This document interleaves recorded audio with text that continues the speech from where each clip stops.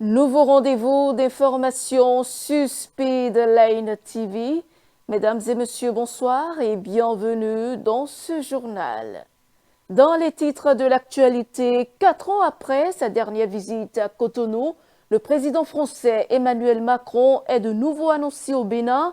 Le chef de l'État français pourrait effectuer une visite dans le pays avant la fin de l'année 2026 dans le cadre d'une nouvelle tournée africaine. Elle capture un regard, un sourire, un événement et transforme chaque instant en souvenir. Au fil du temps, la photographie a connu de nombreuses évolutions. En ce 19 août, à l'occasion de la Journée mondiale de la photographie, nous braquons les projecteurs sur cet art qui traverse les générations. Et puis, loin du Bénin, au Nigeria, la campagne présidentielle débute ce mercredi 5 mois avant le scrutin de janvier avec l'inflation, les réformes économiques du président Bola Tinubu et l'insécurité qui s'annoncent comme les principaux sujets de débat.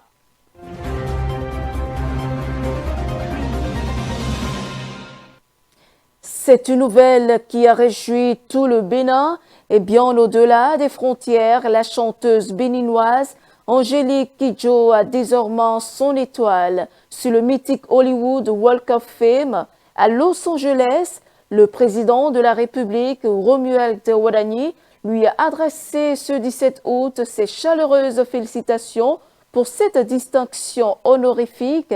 Il a également annoncé l'envoi d'une délégation officielle béninoise à la cérémonie de dévoilement de son étoile. C'est une distinction qui vient consacrer une carrière internationale exceptionnelle et une contribution majeure au rayonnement de la culture africaine. Écoutons à présent les mots de félicitations du ministre de la Culture, Yacine Latouji. Aujourd'hui, Los Angeles célèbre Angélique Kidjo. Aujourd'hui, le monde entier reconnaît une artiste exceptionnelle. C'est un moment assez particulier, cher au chef de l'État, qui a tenu à ce que nous soyons présents avec l'ambassadeur du Bénin aux États-Unis pour entourer Angélique Kidjo pour ce moment spécial. Une des filles du Bénin a son étoile sur le Hollywood Boulevard. Mais pour nous au Bénin, c'est un peu plus qu'une étoile sur le Hollywood Walk of Fame. C'est en réalité une étincelle, une étoile qu'Angélique n'a cessé d'allumer dans les yeux des fils et des filles du Bénin pétris de talent. Et ça, c'est quelque chose en fait qui nous inspire, qui impose une responsabilité de notre part. Au sein du gouvernement, sous le leadership du président Romuald Wadani, nous voulons créer les conditions qui permettront aux futurs Angéliques de continuer de rêver encore plus grand même, de créer pleinement et de prendre leur place sur la scène mondiale. Mais aujourd'hui, nous célébrons Angélique Kidjo. Demain, nous allons bâtir, pourquoi pas ensemble, ce futur. Au nom des Béninoises et des Béninois, au nom de l'ensemble du gouvernement et au nom de son Excellence, le Président de la République, je transmets les sincères et chaleureuses félicitations du peuple béninois à Angélique Kidjo. Alors, Angélique, le Bénin est si fier de vous. Vive Angélique Kidjo, vive la culture béninoise, vive l'excellence béninoise et vive le Bénin. De la consécration d'Angélique Kidjo qui fait la fierté du Bénin et de tout le continent africain, passons à présent à la diplomatie. Le président français Emmanuel Macron prépare une nouvelle tournée africaine prévue à la fin du mois d'octobre et au début du mois de novembre. Son agenda devrait notamment le conduire au Sénégal, en Côte d'Ivoire et au Nigeria. À cette occasion, Emmanuel Macron pourrait également faire escale au Bénin à l'invitation de son homologue béninois Romuald Wadani. Cette éventuelle visite interviendrait après celle effectuée par le président français à Cotonou en juillet 2022, une visite qui reste à confirmer officiellement. Plus de détails dans cet élément. Cotonou pourrait bientôt accueillir Un note de marque, le président français Emmanuel Macron va effectuer une escale au Bénin. La visite reste pour l'heure en attente de confirmation officielle. Cette éventuelle étape s'inscrirait dans le cadre d'une tournée africaine du chef de l'État français qui devrait notamment le conduire au Sénégal, en Côte d'Ivoire et au Nigeria. Si elle se confirme, cette visite aura une portée particulière. Ce serait la première rencontre entre Emmanuel Macron et le président béninois Romuald Wadani depuis l'entrée en fonction de ce dernier. Emmanuel Macron connaît déjà Cotonou. Il s'y était rendu en juillet 2022 lors d'une visite officielle consacrée notamment aux relations bilatérales, à la sécurité, à l'économie, à la culture et à la restitution du patrimoine. Pour cette nouvelle rencontre, plusieurs dossiers pourraient être au menu des discussions. Coopération économique, investissement, sécurité dans la sous-région, lutte contre le terrorisme, formation, culture et développement pourraient notamment être abordés. Pour Cotonou, cette rencontre serait également l'occasion de réaffirmer ses priorités et de rechercher de nouvelles opportunités de partenariat avec la France dans un contexte où les relations entre Paris et plusieurs pays africains connaissent de profondes transformations. Du côté français, une étape au Bénin pourrait également témoigner de l'importance accordée aux relations avec le pays et son rôle dans la sous-région ouest africaine. Après la diplomatie, place à un autre sujet. Elle raconte, témoigne, transmet et surtout elle immortalise. La photographie à l'honneur en ce 19 août de Nicéphore à l'ère du numérique. Cet art n'a cessé de se transformer pour s'adapter aux nouvelles technologies et aux nouveaux usages. Aujourd'hui omniprésente dans notre quotidien, la photographie contribue à préserver nos souvenirs personnels, mais aussi notre mémoire collective. Comment cet art a-t-il évolué au fil du temps? Suivons. Un clic, une image, une histoire. Depuis son invention, la photographie a révolutionné notre manière de conserver les souvenirs et de raconter les événements. Présente dans les albums de famille, dans les médias, la publicité ou encore dans l'art, elle est aujourd'hui devenue un véritable moyen de communication. De Nicéphore aux appareils numériques, la photographie n'a cessé de se transformer. En cette journée du 19 août, les projecteurs sont donc braqués sur cet art qui traverse les générations. Photographie en couleur, appareils plus accessibles, révolution numérique et plus récemment smartphone, chaque évolution a profondément changé notre rapport à l'image.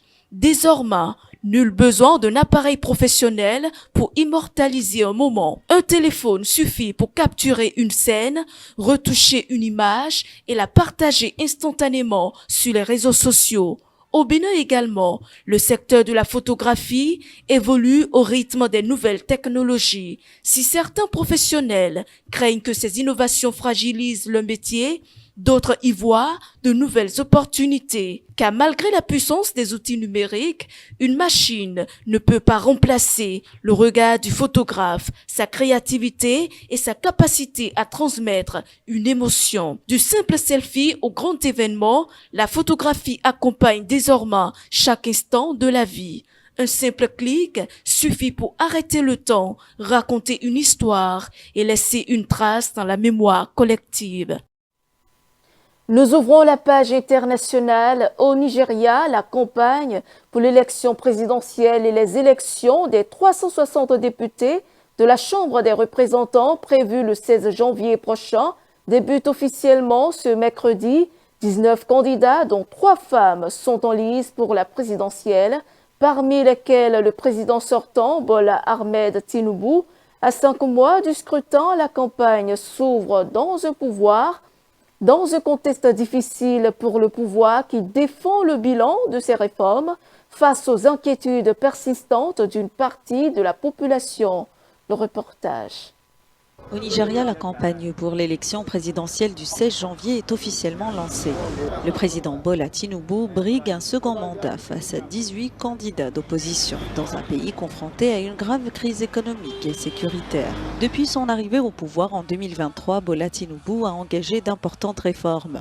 notamment la suppression des subventions sur les carburants et la libéralisation du Naira. Saluées par les investisseurs, ces mesures ont cependant entraîné une forte dévaluation de la monnaie et une flambée des prix. L'inflation, le chômage, la pauvreté et l'insécurité alimentent aujourd'hui le mécontentement des électeurs. La compétition devrait principalement opposer 3 hommes. Face au président sortant se présente Atiku Abubakar, ancien président et candidat régulier à la magistrature suprême, ainsi que Peter Obi, ancien gouverneur particulièrement populaire auprès des jeunes. Mais la division de l'opposition pourrait favoriser le chef de l'État. La coalition formée en 2025 pour le battre s'est effondrée avant même le début de la campagne. Bola Tinubu a également consolidé son pouvoir grâce au ralliement d'anciens responsables de l'opposition. 31 des 36 gouverneurs du pays appartiennent désormais à son parti, le Congrès des progressistes. Ancien capitaine de l'équipe de France, Patrick Vieira, né à Dakar, a été nommé sélectionneur du Sénégal ce mardi 18 août. L'ancien milieu de terrain sera face à un gros défi pour son premier poste en tant qu'entraîneur d'une équipe nationale de football. Le reportage. Après la déception des performances de l'équipe sénégalaise pendant la dernière Coupe du Monde de la FIFA, la Fédération de football national a nommé Patrick Vieira, vainqueur de la Coupe du Monde 98 avec la France, au poste de sélectionneur ce mardi. La légende d'Arsenal succède ainsi à Pape Thiaw, limogé après la compétition internationale de cet été. Le président de la FSF a indiqué que la nomination de Vieira, né au Sénégal, constitue une décision stratégique dédiée à installer un encadrement technique de haut niveau à la hauteur des ambitions sportives du Sénégal. La mission principale de Patrick Vieira sera de redynamiser l'équipe après la défaite cuisante du Sénégal face à la Belgique en 16e de finale de la Coupe du Monde. Sa présentation officielle en tant qu'entraîneur principal et son entrée en fonction auront lieu à une date ultérieure. Le Libéria a annoncé ce mardi qu'il accueillerait jusqu'à 1200 personnes de nationalité étrangère expulsées des États-Unis dans le cadre du programme sans précédent du président Donald Trump d'expulsion de ressortissants étrangers en situation irrégulière vers des pays tiers suivants. Le Libéria s'apprête à accueillir des personnes expulsées des États-Unis dans le cadre d'un nouvel accord migratoire. Jusqu'à 1200 ressortissants de pays tiers pourraient être transférés vers le pays d'Afrique de l'Ouest au cours des 12 prochains mois, selon le ministre libérien de l'Information, Jérôme Pia. Liberia intends to accept up to 1,200 persons. Le Libéria a l'intention d'accueillir jusqu'à 1200 personnes qui seront transférées depuis les États-Unis d'Amérique dans un délai d'1 an. Les personnes qui seront transférées au Libéria sont des ressortissants de pays tiers, dont certains pourraient souhaiter demander l'asile au Libéria.